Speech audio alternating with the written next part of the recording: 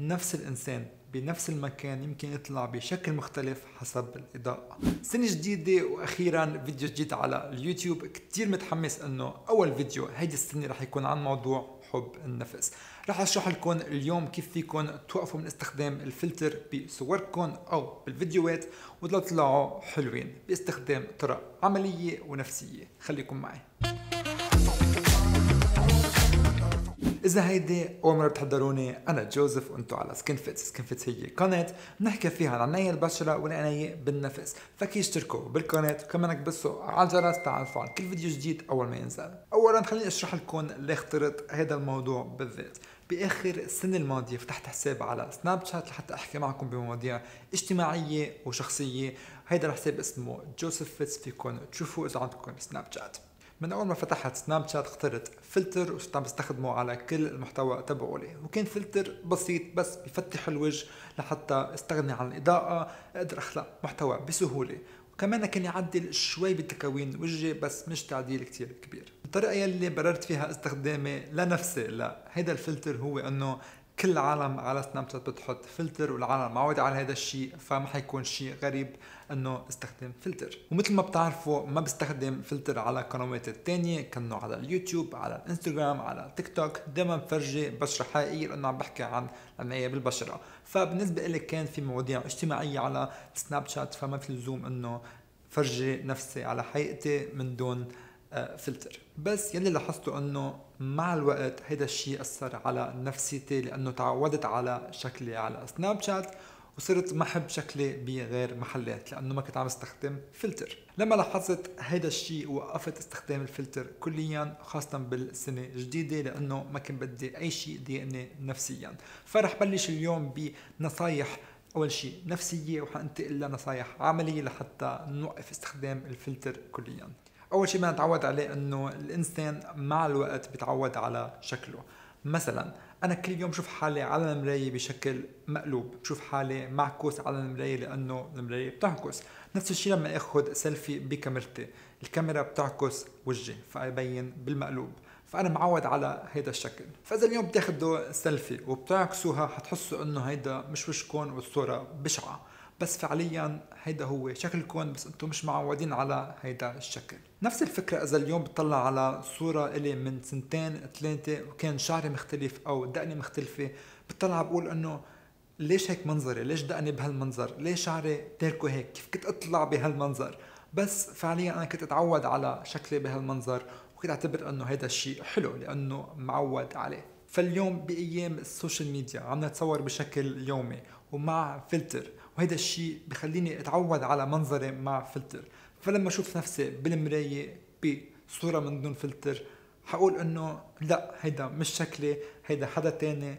او بصير فكر انه اليوم شكلي تعبان، شكلي بني شي، يمكن مريض، بس فعليا هيدا انا، وانا كنت عم بتعود على منظر تاني، شخص تاني بفلتر تاني. يلي بدكم تعرفوه انه انتو حلوين بكل تفاصيلكم، وقد ما تشوفوا نفسكم بالمراية بفيديو بأي طريقة ما حتشوفوا نفسكم بنفس الطريقة اللي بشوفوها فيكم غير عالم، لأنه نحن بنشوف حالنا بال2D بينما أشخاص تانية بشوفنا بال3D.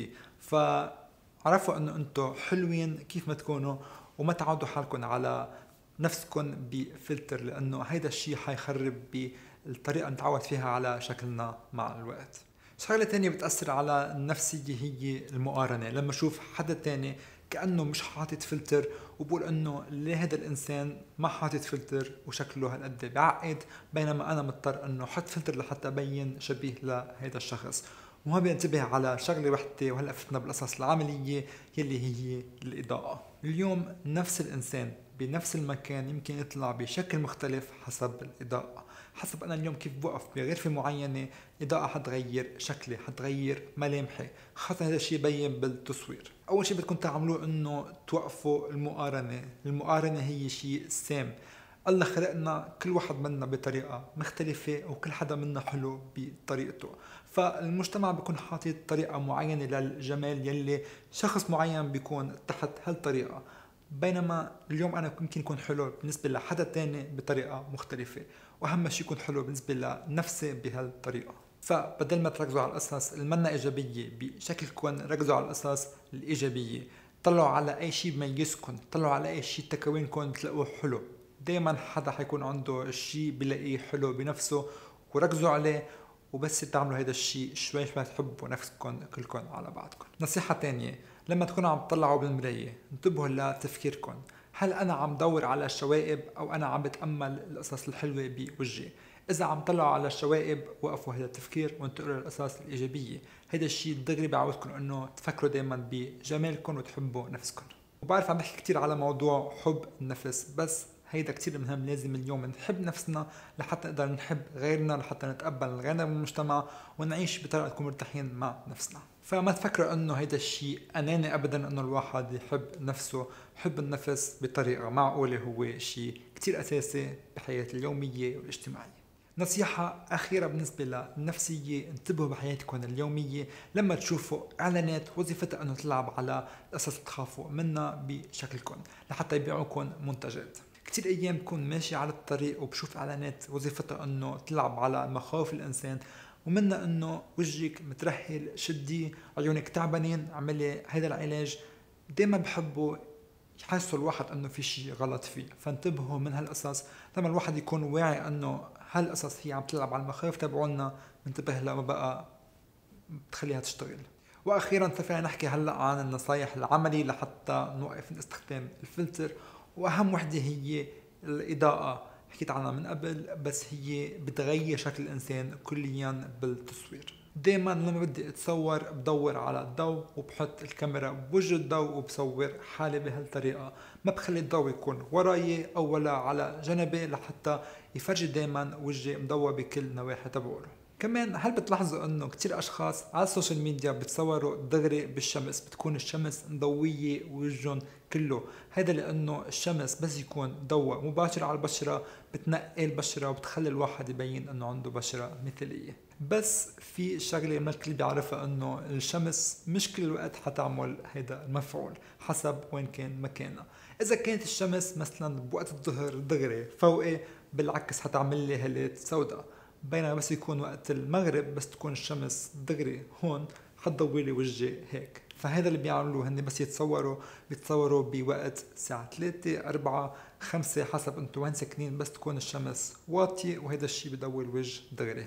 الشغلة بعاني منها شخصيا هي انه عندي عيون فايتين لجوا، وهذا الشيء بخليني انه اي وقت خاصة بالليل يكون بمكان في ضوء فوق راسي بيعمل لي منظر هالات سوداء، فبين انه عندي سواد تحت عيوني مع انه فعليا ما عندي هيدا السواد. ولهيدا السبب دائما بختار مصدر ضوء يكون بوجهي ومش فوقي لحتى ما يعمل لي هيدا الهالات. واصعب شيء بالنسبه لي هو ضوء المصاعد، لانه دائما بيكون دغري فوق راسنا وبيكون السقف قصير، فبيعمل هالات كتير كتير صعبه لاكثريه العالم.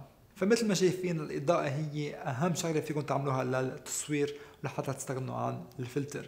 ومش هيك بيستخدموا كتير من الميك اب ارتست، اي حدا بده يتصور بيستخدم الرينج لايت، لانه هيدا الضوء بيكون مدور بيعبي الضوء بكل مكان من الوجه من دون ما يعمل هيدي الخيالات اللي بتعمل التفاصيل مش حلوه بالوجه. شغله تانية كتير بتساعدني هي مكان الكاميرا. دايما بحاول احط الكاميرا على سواد عيوني، ما تكون عاليه ولا واطيه لحتى ما تبين تكوين وجهي غلط، وهذا الشيء طبعا مش معودين عليه وما حيكون حلو. كتير عالم ايام بتحب تتصور من فوق لانه هذا الشيء بضعفهم، بس بنفس الوقت عم بين وجهنا كبير وغير متناسق مع جسمنا، فما حيكون حلو. عم نحكي هلا عن التصوير بس القريب للوجه، السيلفي، مش تصوير اللي بيكون ايام للموضه، لانه بعض الايام لتصوير الفاشن بنتصور من تحت لحتى يبين الشخص اطول وتحت يبين الثياب كمان اجمل. فعم نحكي هلا بس لتصوير السيلفي. وهيدي كانت كل نصايح لحتى نتصور من دون فلتر. اذا حبيتوا هيدا الفيديو كبسوا على اللايك، واذا استفدتوا اكيد شاركوه مع اصحابكم لحتى الكل يستفيد. بتمنى بعد هيدا الفيديو تحبوا نفسكم اكثر وتتصوروا بطريقه احلى. Ladies and gentlemen.